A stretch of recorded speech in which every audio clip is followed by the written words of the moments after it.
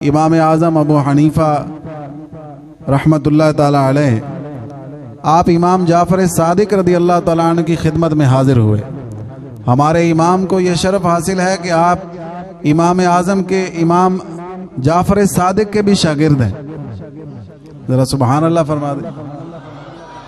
हमारे इमाम आज़म अबू हनीफ़ा जिनकी हम तकलीद करते हैं, ठीक है, फ़िक़ह हनफिया के हम मानने वाले हैं, और फ़िक़ह हनफिया के जो इमाम हैं वो कौन है? इमाम आज़म अबू हनीफ़ा नौमान बिन साबित, ठीक है। इमाम आज़म उनका लक़ब है, अबू हनीफ़ा उनकी कुनियत है, नौमान उनका नाम है और साबित उनके वालिद का नाम है।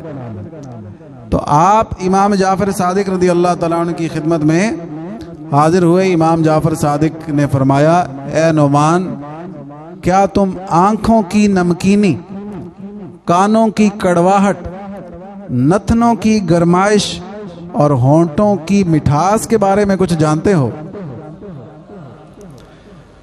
इमाम आज़म ने अर्ज़ किया, नहीं। तो इमाम जाफ़र सादिक रदी अल्लाह ताला अन्हु ने फरमाया कि मेरे दादा जान से रिवायत है कि रसूल रहमत शफ़ी उम्मत सल्लल्लाहु ताला अलैहि व आलिहि वसल्लम ने फरमाया, अब सुने, अल्लाह ताला ने इस 5-6 फुट के इंसान में तख्लीक का कैसा शाहकार रखा है। हैं जी, सुने ज़रा। फरमाया, अल्लाह पाक ने अपने फजलो एहसान से इब्ने आदम की आंखों में नमकीनी रखी। क्यों? फरमाया, इसलिए कि आंखें चर्बी से बनी है, अगर इनमें नमकीनी ना होती तो ये पिघल जाती। आंखें किससे बनी है? चर्बी से। अगर इनमें अल्लाह नमकीनी ना रखता तो ये आंखें पिघल जाती।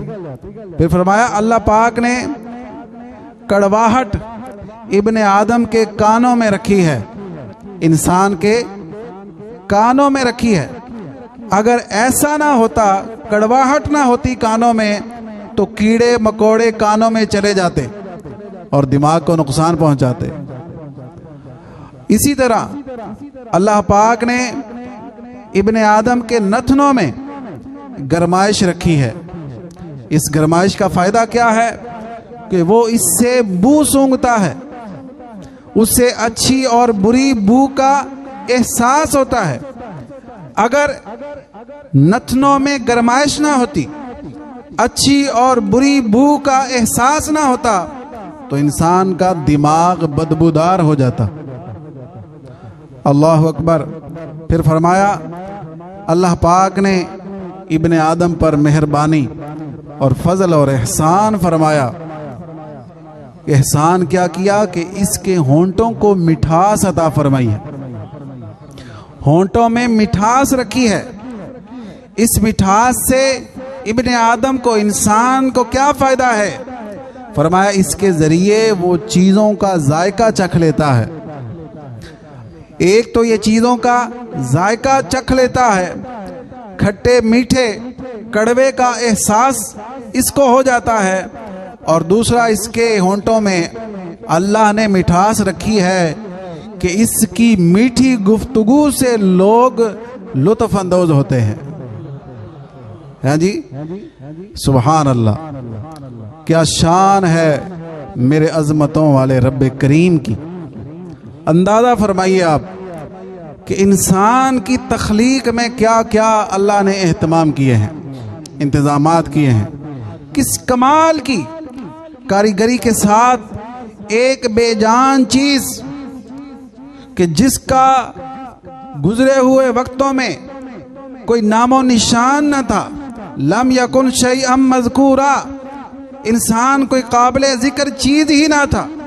आप सोचें कि हमारे पैदा होने से पहले हमारा जिक्र कहाँ था, लेकिन एक नाकाबिले जिक्र चीज को अल्लाह ताला ने कैसी कारीगरी के साथ वजूद बख्शा, जीता जागता, चलता फिरता, अकल समझ वाला इंसान बनाया। फिर हम क्यों ना उस रब्बे करीम की कुदरत और अजमत का इकरार करके उसके हुजूर क्यों ना सर झुकाएं। यकीनन वही रब्बे वहदहू ला शरीक है, उसका कोई शरीक नहीं, वो यकता है, वो अकेला है, उसका कोई हमसर नहीं। उसके नामों में, उसके कामों में, उसकी इबादत में कोई उसका शरीक नहीं, उसकी खुदाई में उसका कोई शरीक नहीं।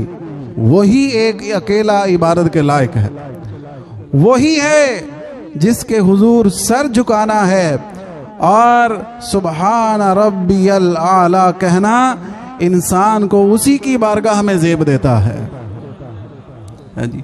ये अल्लाह तबारक व तआला की शान के लायक है कि इंसान सिर्फ अपने रब की बारगाह में, अल्लाह वहदहू ला शरीक की बारगाह में सर झुकाए और उसकी हम्द और सना और तस्बीह और तकदीस बयान करे। सुबहान रब्बियल अज़ीम, पाक है मेरा अज़मतों वाला परवरदिगार।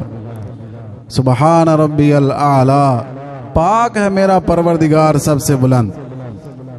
तो ऐ इंसान, मुझे और तुझे गौर करना चाहिए कि हम तो पानी के एक गंदे बदबूदार कतरे से पैदा हुए हैं और मेरी और तेरी तख्लीक मिट्टी से है।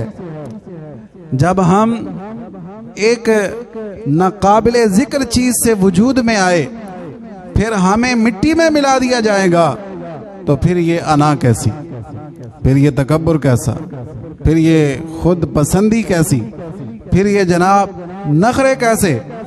नहीं, बाबा साहब क्या फरमाते हैं हजरत मियाँ जी, ना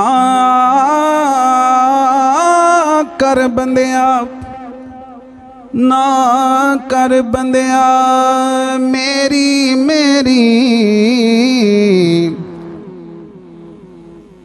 ना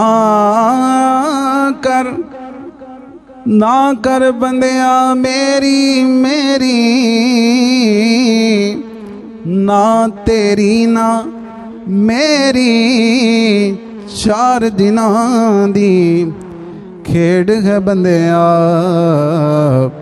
फिर मिट्टी दी तेरी।